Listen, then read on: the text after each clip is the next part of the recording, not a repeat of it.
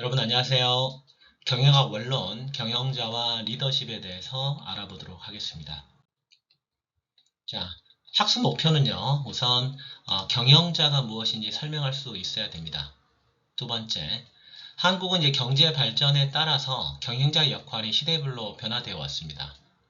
그러니까는 뭐 1960년대, 70년대에는 국가가 주도하는 어떤 역할에 기업의 경영인들이 따라가는 그런 입장이었다면 이제 은행이 민영화가 되고 국제적인 이제 경쟁이 심화되면서 경영자의 전략에 따라서 기업의 생존이 달려있는 이런 형태로 이제 환경이 변화되었는데요. 이런 이제 발전 단계에 따라서 경영자의 역할이 어떻게 변화되었는지 이런 것들을 설명할 수 있어야 되고요. 그리고 이제 흔히 우리가 얘기하는 경영자, 그리고 이제 리더의 차이가 무엇인지 설명할 수 있어야 됩니다. 그리고 이제 영상을 통해 가지고요, 이제 리더십 이론에 대해서 환경에 따른 이제 리더십이 어떻게 변화해 왔는지를 말씀을 드릴 텐데, 이런 것들을 이제 설명할 수 있어야 됩니다. 경영자라고 하는 개념은요, 이제 그 협의의 관점이 있고, 이제 광의의 관점이 있는데, 우선 최고 경영자라고 하면, 경영자의 직위와 객을 표시할 때 최상단에 위치한 경영층을 지칭할 겁니다. 당연히 이제 최고 경영자는 어떤 기업의 어떤 협소한 그런 일을 하는 게 아니고, 기업 전체의 목표를 수립하고, 이를 달성하기 위한 전략을 담당하는 것이죠. 저도 이제 회사를 다녀보면요, 그 최고 경영자가 어떤 전략을 세웠냐에 따라서 단기적인 성과에도 영향을 미치지만 그 기업이 장기적으로 성장해 가느냐, 이게 이제 결정이 되는 거죠. 그러니까 예를 들어서 경영층이요, 그 기업의 장기적인 성장에 관심이 없을 수도 있습니다. 그러니까 예를 들어서 우리나라 같은 경우는 이제 외국에 있는 어떤 헤지 펀드 같은 이제 그런 기업들이요, 들어와서 우리 회사를 M&A 한다라고 했을 때 그 M&A 한 그 기업을 성장시키는 게 목표가 아니고 어떻게 보면 이제 단기적인 이익 극대화, 그리고 여기에서 주주 가치를 실현하고 그 기업을 매각하는 데 관심이 있다. 그렇게 되면 어떤 전략을 펼 수가 있냐면, 예를 들어서 그 기업에 있는 유형 자산을 파는 거예요. 그러니까 예를 들어서 이제 건설 회사를 인수를 해가지고 그 건설 회사가 보유하고 있는 건물을 매각한 다음에 거기서 발생한 현금을 배당을 하고, 그러니까 이런 식으로 이제 단기적인 이익을 극대화한 다음에 그 기업을 이제 다른 회사에 파는 거죠. 반대로 나는 내가 가지고 있는 이 회사를 장기적으로 성장시키는 데 목표가 있다. 그럼 어떤 전략을 펴야 되겠습니까? 인재를 양성해야 되겠죠. 그래서 교육과 이제 이런 부분들에 이제 투자를 많이 하고요. 그리고 그 기업이 성장해 갈 수 있도록 단기적인 이익보다는 계속적으로 그 회사가 성장해 갈 수 있도록 이제 투자를 이제 많이 하게 되겠죠. 이런 형태로 최고 경영자의 경우에는 어떻게 기업의 목표를 수립을 하고요. 이를 달성하기 위해서 어떻게 할 것인지에 대한 전략 수립에 집중하는 이런 형태다, 이렇게 보면 되겠죠. 경영자라고 하는 것은 어떻게 보면 이제 최고 경영자 한 명을 지칭한다라기보다는 독자적으로 전략을 수립하고 실행할 책임을 지니고 있는 다수의 전반 경영자를 의미를 합니다. 전반 경영자라고 하는 것은요, 어떻게 보면 이제 부서장이라고 생각해도 좋을 것 같아요. 그래서 어떻게 보면 이제 각각의 사업 환경을 분석해서 이에 대한 전략 계획을 수립을 하고, 그리고 이제 시기적절하게 계획을 실행함으로 인해서 조직의 목표를 달성하는 이런 역할을 하는 거죠. 그래서 기업 전체적으로 보게 되면 각 세부 부분을 관장하게 됩니다. 그러니까 예를 들어서 뭐 생산, 마케팅, 재무, 인사 이런 라인이죠. 그리고 여기에서 이제 빈번하게 일어나는 업무상의 이견이나 갈등을 중재 조정하는 역할을 담당한다라고 얘기를 하는데, 예를 들어보면요, 이제 삼성전자 같은 경우는 각각의 부서장들을 일정 기간 이후에 순환보직을 시킵니다. 그러니까 예를 들어서 나는 뭐 예를 들어서 20년 이상 인사만 담당한 인사통이에요. 그런데 이제 인사와 관련된 그룹 전체적으로 담당하는 전반 경영자가 된다라고 했을 때 순환보직을 지키지 않게 되면요, 부서 이기주의에 빠질 가능성이 매우 높습니다. 그러니까 인사는 인사와 관련된 성과를 극대화하기 위한 그런 일을 할 수밖에 없고요. 반대로 이제 마케팅은 또 마케팅과 관련된 일을 이렇게 이익을 극대화시키는 그런 행동을 할 수가 있고, 또 재무팀은 재무와 관련된 그런 일을 할 수밖에 없습니다. 예를 들어서 재무팀장 입장에서는 기업 전체적인 비용을 관리를 해야 돼요. 그래서 예를 들어서 어떤 이제 비용을 쓴다라고 했을 때 재무팀은 좀 비용을 축소해서 좀 이제 효율성을 추구하는 반면에 마케팅 팀장은 어떨까요? 비용을 쓰더라도 영업 성과를 높이는 데 관심이 있는 거예요. 그러니까 이 차이에 좀 간극이 좀 있죠. 그래서 예를 들어서 그 마케팅 팀장을 재무팀장으로 보내고 재무팀장을 이제 마케팅 팀장으로 보내버리면 처음에는 뭐 자기가 거기에 대해서 나는 뭐 재무팀장만 했는데 마케팅을 모르죠. 그러니까 직원들에게 물어볼 수밖에 없습니다. 그래서 왜 마케팅을 하면서 돈을 쓸 수밖에 없는지를 이제 재무팀이지만 이제 마케팅 팀장의 입장에서 이제 그걸 이제 습득을 하게 되는 거죠. 반대로 이제 마케팅 팀장이 재무팀장이 된다라고 했을 때 왜 회사 전체적으로 비용 관리를 해야 되는지 여기에 대해서 인식을 하게 되지 않겠습니까? 이제 그렇게 되면 이제 부서 이기주의에 탈피해서 실제 이제 각 부서의 갈등 상황을 좀 이해를 하게 되고 그걸 이제 적절하게 조직 전체적으로 이익을 내려면 어떻게 해야 되는지 좀 시야가 좀 넓어지게 되겠죠. 경영은 이제 이런 식으로 조직화가 됩니다. 그래서 이제 조직화라고 하는 것은 자원을 배분하고 직무를 할당하고 절차를 구축하는 이런 활동을 의미하는 것이죠. 그래서 최고 경영진이라고 하는 것은 결국 이제 사장 그리고 이제 전략적 계획을 수립하는 핵심 중역으로 구성이 됩니다. 그래서 전략을 담당한다, 이제 최고 경영진이 될 거고요. 관리를 담당한다라고 하는 것은 이제 중간 관리층이나 현장의 어떤 관리층이 될 수가 있습니다. 중간 관리층이라고 하는 것은 뭐 공장장이라든가 각 부서장이라든가 지사를 담당하고 있는 각 지사장이라든가 이렇게 이제 될 수가 있을 것 같고요. 현장 관리층은 뭐 감독, 현장 주임, 그리고 부서 아래에 있는 팀의 팀장이 될 겁니다. 그리고 이제 운영을 담당하는 것이 그 아래에 있는 이제 종업원들이 되겠죠. 최고 경영자의 종류는요, 엄청나게 많습니다. 우리가 흔히 얘기하는 이제 최고 경영자뿐만이 아니라 한번 살펴볼까요? 뭐, 흔히 얘기하는 이제 CFO, 최고 재무 책임자죠. 그리고 최고 운영 책임자, 최고 정보 책임자, 최고 기술 책임자, 최고 마케팅 책임자. 그러니까 이제 조직이 이제 비대해지면 비대해질수록 각각 파트에서 담당하고 있는 이제 최고 경영자가 이렇게 좀 차이가 좀 생길 수가 있겠죠. 어떻게 보면 이제 기업이 어떤 전략을 세우느냐에 따라서 각각 담당자들이 이제 최고 경영자로 올라가게 됩니다. 그러니까 예를 들어서요, 보험사의 경우에 최고 재무 책임자가 최고 경영자로 올라가는 경우들이 생겨요. 왜 그러냐면요. 예를 들어서 이제 보험사 같은 경우는 마케팅에 조금 이제 치중이 되어 있습니다. 그래서 보험 설계사들을 독려하기 위해서 각종 수당을 좀 책정을 하게 되고요. 그리고 예를 들어서 어느 정도 실적을 올리게 되면 뭐 어느 정도 현금 보상을 하는 이런 형태로 이제 마케팅을 전개를 하게 되죠. 그러면 전체적인 매출은 늘어났지만 영업이익이 오히려 줄어드는, 왜냐하면 워낙 비용을 많이 쓰니까요. 이런 경우들이 생기는데 최고 재무 책임자가 최고 경영자로 올라가게 되면 어떻게 되겠습니까? 적절하게 비용 관리를 통해 가지고 매출액은 제한되지만 실제 영업이익을 올릴 수 있는 이런 측면으로 이제 운영이 되겠죠. 그래서 예를 들어서 최고 마케팅 책임자가 최고 경영자에 올라간다. 그 회사는 확장을 하려는 거구나. 이렇게 생각하면 좋을 것 같고 반대로 뭐 최고 재무 책임자가 최고 경영자가 되는구나. 저 회사는 워낙 이제 예를 들어서 영업이 방만하게 운영이 됐으니까 좀 이렇게 비용을 관리를 통해 가지고 영업을 좀 효율화하려고 하는 거구나. 이렇게 생각하면 되겠죠. 예를 한번 들어보면요. 이제 신세계 그룹 같은 경우 2013년도에 재무라인 출신들이 이제 대표이사가 많이 됐습니다. 그러니까 예를 들어서 이마트 같은 경우도 한 대표이사님이 이제 취임을 했고, 뭐 신세계, 뭐 신세계 라이프쇼핑도 마찬가지인데, 이런 걸 보면은 우리는 어떤 이제 힌트를 얻을 수가 있을까요? 신세계 그룹 자체가 무엇인가 영업이 방만하게 운영이 되다 보니까 재무라인 출신들을 대표이사로 안침으로 인해서 전반적인 비용 관리를 좀 하려고 하는 거구나. 이런 것들을 좀 알 수가 좀 있죠.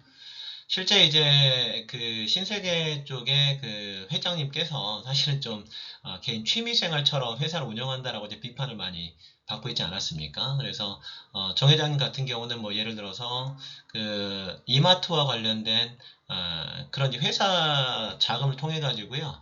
사실 뭐 신세계 건설 같은 것들로 해가지고 뭐 이마트만 지은 게 아니고 이제 골프장을 짓는다라거나 아니면 이제 그 해외에 있는 와이너리를 인수한다거나 아니면 프로야구단을 인수한다거나 이제 이런 형태로 하다 보니까 전체적인 이렇게 이익이 좀 줄어드는 이런 형태가 좀 됐죠. 그러다 보니까 쿠팡이 엄청나게 밀려버리는 이런 일들이 벌어지다 보니까 그러니까 이제 그 제 어머님이 이제 이런 식으로 이제 신세계 그룹의 제무라이 출신의 신임 대표이사를 앉혔다라고 이제 많이들 보고 있죠. 그러다 보니까 이제 이런 것들을 보면서 우리는 이제 어떤 것들을 추정해 볼 수가 있냐면, 재무라인 출신이 대표이사가 되면 비용을 줄일 거니까 아마도 비효율적인 뭐 예를 들어 이마트 같은 경우는 지점을 없앨 거다. 이렇게 좀 예측을 좀 해볼 수가 있겠죠. 실제 이마트 같은 경우는 점포수를 계속 줄이고 있습니다. 그래서 그 점포수를 줄이고 실제 이렇게 이제 영업을 효율화시키고 있는데 그러다 보니까 이제 직원들이 이제 해고가 되거나 그 지역 상권에 문제가 되는 이런 일들이 좀 벌어지고 있죠. 그래서 우리가 이제 이런 것들을 보게 되면요. 기본적으로 최고 경영자들의 어떤 사람들을 안차에 따라서 그 기업의 전략이 좀 달라질 수 있다. 이렇게 좀 보면 되겠죠. 제가 이제 생명보험사 얘기를 좀 드렸는데요. 한번 삼성생명의 기업 실적을 한번 분석해 볼까요? 그 엄청난 회사죠. 보게 되면 삼성생명의 2023년 영업이익이 뭐 2조 2256억 뭐 이렇게 뭐 추정을 하는데 근데 매출액 대비 영업이익률이 높진 않습니다. 2020년도에 영업이익률이 5.18%, 2021년에 4.85%, 2022년도에 3.44%니까 실제 뭐 생명보험사가 현재 뭐 이렇게 비용 관련된 걸 제외하면 매출액 대비 영업이익률이 크다라고 보기는 좀 어렵습니다. 근데 이게 삼성생명만의 문제는 아닌 게요. 보게 되면 뭐 이렇게 삼성생명, 하나생명, 동양생명, 미래세생명이 있는데 그나마 이제 삼성생명, 이제 2023년 이제 그, 3분기 기준으로 해가지고, 삼성생명 같은 경우는 매출액이 뭐 7조 5천억 대비 영업이익이 5,964억 원인데요. 하나생명은 뭐 매출액이 4조 8천억인데 영업이익이 345억 원밖에 안 되고, 동양생명, 미래에셋생명 할 것 없이 영업이익이 매우 낮죠. 생명보험사가 이런 식으로 이제 낮은 영업이익을 기록하고 있다라고 하는 것은 결국은 이제 매출액에서 매출 원가를 뺀 게 매출 총이익이고요. 거기에서 이제 판매비와 관리비를 뺀 게 영업이익이기 때문에 원가 관리가 제대로 안 돼 있다 내지는 판매비와 관리비가 제대로 관리가 안 돼 있다 이렇게 좀 보면 되겠죠. 그러니까 매출액 대비 무엇인가 비용에 대한 관리가 되어 있지 않다 보니까 이런 식으로 이제 영업이익이 줄어든다라고 좀 보시면 좋을 것 같은데 반대로요. 그 우리가 이제 생각해 볼 때 라인하 생명은 아주 마이너한 어떤 이런 보험사로 알려져 있죠. 근데 라이나 생명 같은 경우 실제 이제 2023년 신문 기사를 보게 되면 2022년의 순이익이 무려 3,220억 원이었고 전년 대비 38.1%가 증가했다 이렇게 좀 나와 있죠. 그래서 보게 되면 매출액이 3조 1,894억 원인데 영업이익이 무려 4,731억 원이고 당기순이익이 3,220억 원입니다. 그러다 보니까 최근 5년 내 매출액이 연평균 5.43%에 달하는 데다가 5년 평균 영업이익률이 무려 16.24%에 달합니다. 라이나 생명은요, 일반적인 점포를 운영하지 않아요. 그러니까 전략을 어떻게 잡고 있냐면, 우리 보험사는 예를 들어서 홈쇼핑, 뭐 이런 쪽에 집중을 한다. 이런 전략을 가지고 있거든요. 그래서 뭐 예를 들어서 여러분들께서 이렇게 채널을 돌리다 보면 홈쇼핑에 라이나 생명과 관련된 보험 상품을 판매하는 걸 좀 보실 수가 있을 거예요. 뭐 예를 들어서 그래서 라이나 생명은요. 그 특색 자체가 어떻게 하냐면 특정 위험률을 분석을 합니다. 뭐 특정 직종에 대한 위험률이라든가 이런 것들을 분석을 해가지고요. 특화된 상품을 만들어요.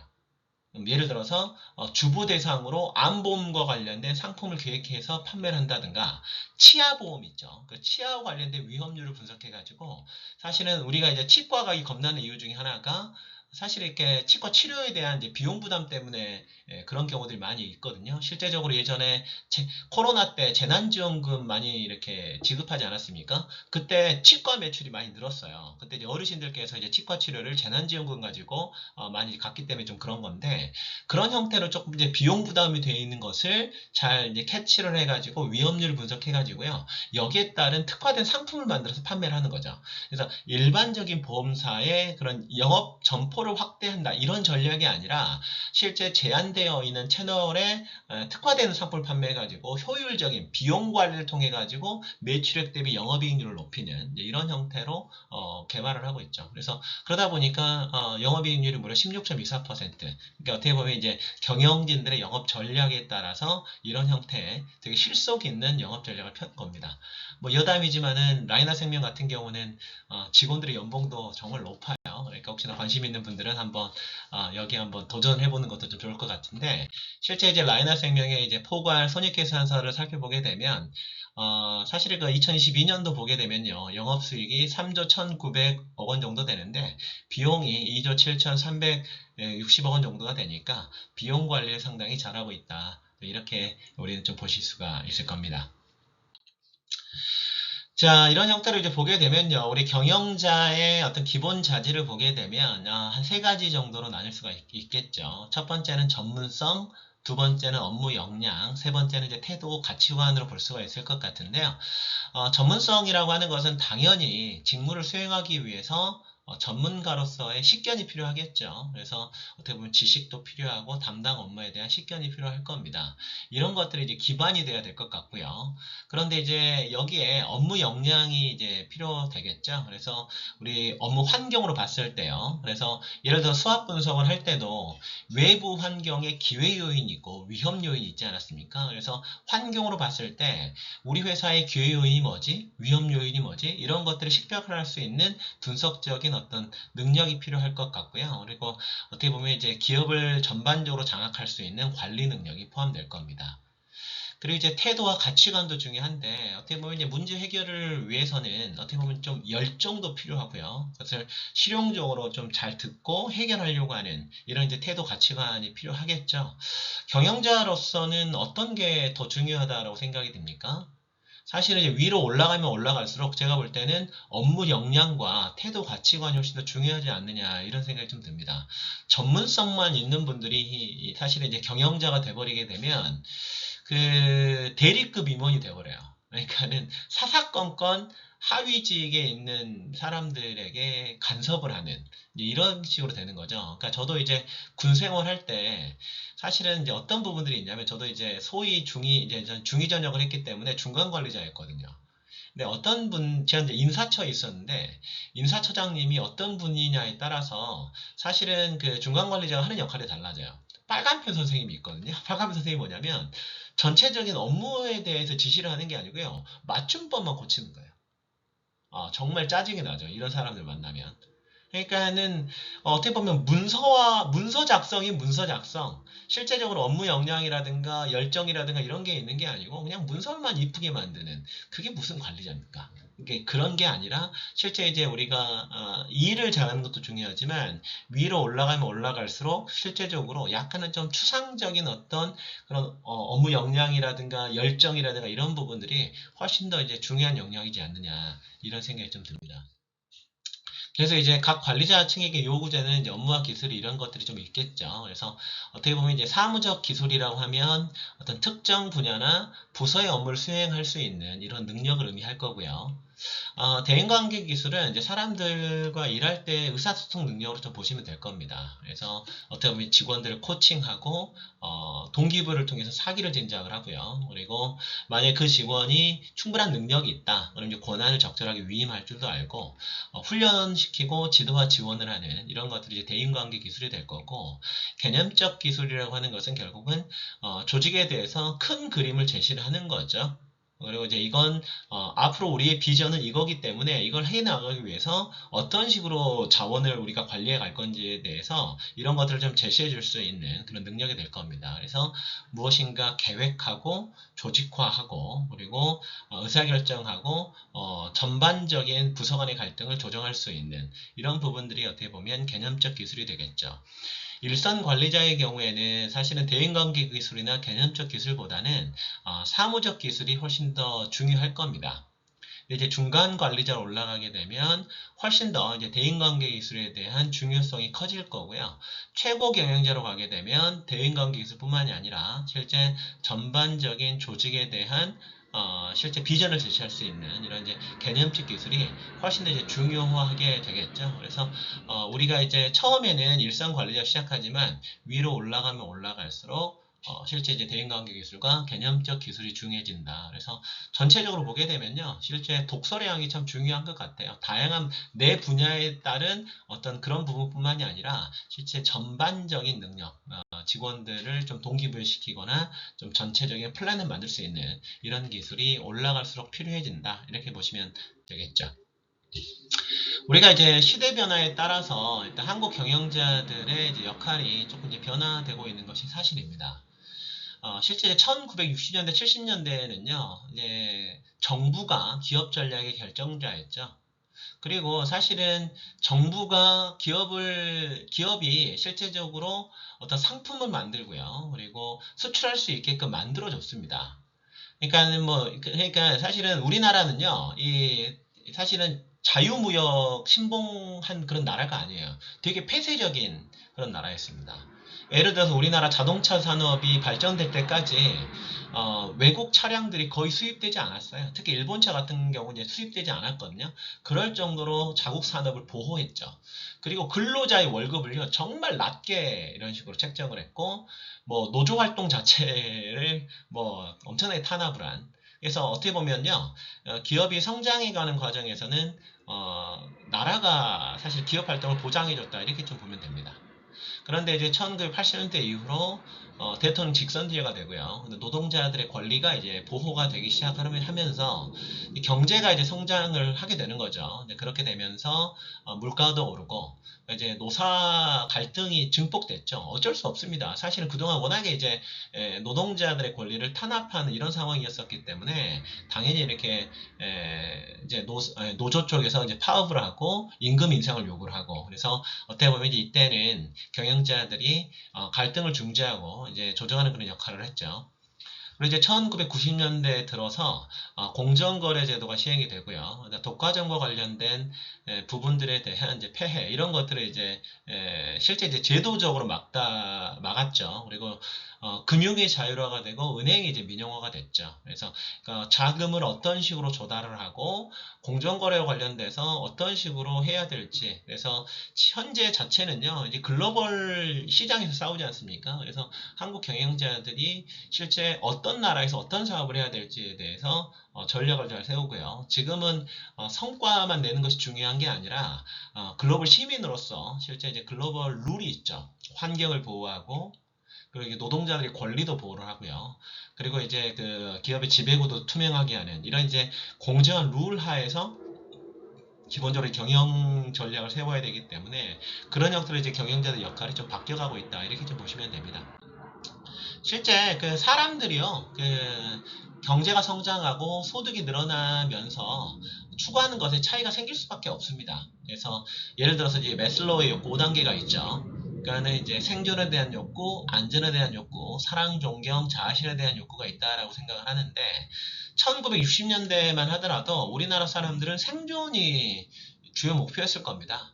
그러니까 돈을 벌어가지고 가족을 부양하는 이런 부분들이 이제 주요한 상황이었다면 이제 소득이 늘어나게 되면 안전에 대한 욕구가 생기죠. 안전에 대한 욕구라고 하는 것은 주거에 대한 안정, 그렇죠? 소득에 대한 안정, 그리고 노후에 대한 어떤 안전 이런 것들이 이제 중요해지지 않겠습니까? 이게 이제 더 가게 되면 이제 사랑 그러니까 예를 들어서 보다 더 이제 인간답게 살고자 하는 그런 욕망들이 생기고 그리고 이제 사회적으로 존경도 받고 본인의 어떤 이상을 실현하고자 하는 이렇게 소득이 발전되면서 이렇게 이제 바뀌어 가는 거잖아요. 그래서 근로자들이 본인들의 소득이 증진에 따라서 이런 것들을 요구하는 것은 어떻게 보면 이제 당연한 부분이기 때문에 그런 것들을 이제 경영자 입장에서 어떤 식으로 해결할 수 있느냐에 따라서 인재를 육성하고 유치하면서 기본적으로 그 인재들이 이탈하지 않게끔 이렇게 만들 수가 있다. 이렇게 보시면 되겠습니다.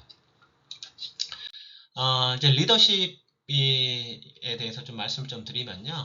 실제 이제 항량이 이런 얘기를 했다라고 하죠. 항량은 회양을 옹립해서 이제 천하를 다시 세웠다라고 얘기를 하는데 천군 이득 일장난구 즉 천명의 군사는 쉽게 모을 수 있지만 이를 통솔하는 한 명의 훌륭한 장수는 얻기 어렵다 이렇게 얘기를 했는데 그만큼 한 명의 리더를 선택을 해가지고요 양성을 하는 것이 정말 어렵다 이렇게 좀 느껴집니다. 저도 이제 지점장 생활 해봤는데 정말 어렵더라고요. 사람을 관리하면서 이제 전체적 조직을 성장시키는 게 정말 좀 어렵지 않나 이런 생각이 좀 듭니다. 리더십은요, 이런 이제 유형들이 좀 있습니다. 그러니까 전제적 리더십, 참여적 리더십, 자유방임적 리더십이 있는데 어떤 것이 꼭 좋다라기보다는 상황별로 어떤 상황에서 어떤 리더십이 더 적합하느냐 이런 식으로 좀 차이가 생길 것 같은데요. 마찬가지로 전제적 리더십 같은 경우는 이제 리더가 독단적으로 이렇게 결정을 내리고요. 지시를 내리는 스타일이죠. 리더가 그래서 권한과 통제를 가지고 있고 카리스마가 있는 경우들이 많이 있습니다. 이렇게 하자라고 하게 되면 하부 직원들은 이제 주로 따르는 이런 역할을 수행하게 되는데 결정은 빠를 수 있겠죠. 명확할 수는 있겠지만 직원들의 어떤 참여라든가 창의성은 억제할 수 있습니다. 그러니까 예를 들어서 어떨 때 이 전제적 리더십이 통할까요? 화재 진압과 같이 어떻게 보면 이제 부자들이 절대적인 복종이 필요한 이런 상황에서 당연히 이럴 때 이제 전제적 리더십이 필요하겠죠. 들어가 나와 불 꺼 이런 식으로요. 그리고 일단 이제 우리가 어떤 일을 할 때 숙련된 근로자들하고만 일을 하지 못합니다. 그래서 비숙련 근로자들을 지휘해야 될 때는 명확한 방침과 지침이 있어야 되겠죠. 이럴 때는 이제 전제적 리더십이 통하는 상황이다. 이렇게 좀 보시면 되겠습니다. 참여적 리더십은요, 그러니까 리더가 직원들과 협력하고 의견을 수렴해가지고 결정을 내리는 스타일인데, 그러니까 이제 직원들은 이제 결정에 참여해서 의견을 제시할 기회를 가지게 되는 거죠. 그래서 어떻게 보면 이제 집단의 의견을 반영을 해가지고요, 보다 이제 전체적으로 수용 가능한 결정을 내릴 수 있을 겁니다. 어떻게 보면 이제 최근에 미국의 대기업들, 뭐 구글이라든가 애플이라든가 IBM, 시스코 이런 대기업들이 이제 참여적 리더십을 활용을 하는데 그동안 이제 발표된 논문들을 보면요. 직원들을 참여시키는 것이 꼭 성과를 높이는데 효과적이지 못하지만 적어도 직원들의 만족도를 큰 폭으로 향상시킬 수 있는 이러한 리더십이 바로 참여적 리더십이다. 이렇게 좀 보시면 되겠습니다. 자유방임적 리더십은요, 리더가 권한과 책임을 직원들에게 넘기고 간섭을 최소화하는 거죠. 그래서 직원들은 상대적으로 좀 자유롭게 일을 수행을 하는 걸 겁니다. 직원들에게 어떻게 보면 이제 큰 책임을 요구를 하는 거죠.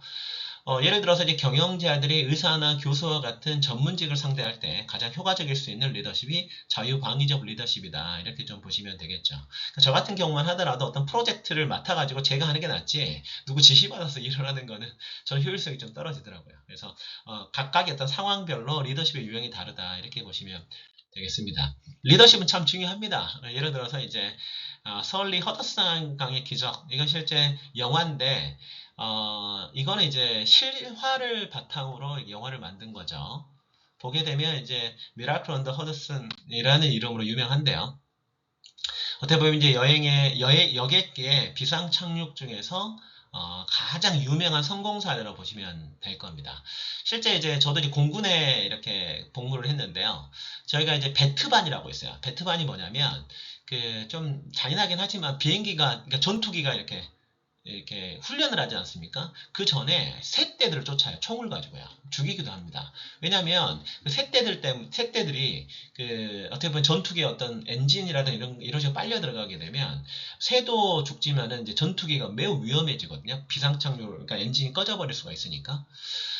그러니까 이제 예를 들어서 이제 US 에어웨이즈 1549 편 사건인데 2009년 1월 15일에 비행기가 이제 뉴욕시를 이륙을 합니다. 근데 세 대랑 충돌을 해가지고요. 실제 양쪽 엔진이 모두 손상이 돼가지고 추진력을 상실한 거죠. 그래서 이제 기장이 가장 가까운 공항으로 이제 비상 착륙해야 되는데 그 자체도 불가능하다. 그래서 허드슨강에 비상 착륙하기로 결정을 합니다. 그래서 실제 아주 순식간에 일어난 일이죠. 오후 3시 14분이었는데 비상 착륙 결정해가지고 불과 6분 만에 비행기가 허드슨강에 성공적으로 착륙을 하죠. 그래서 사실은 이제 모든 승객과 승무원 155명의 생명을 구한 건데 어떻게 보면 이제 기장이 본인의 리더십을 발휘해가지고 이렇게 해야 된다. 어떻게 보면 전제적 리더십을 활용을 해가지고 전체적으로 그 허드슨 강에 비상 착륙시켰던 이런 사례다. 이렇게 좀 보시면 되겠죠.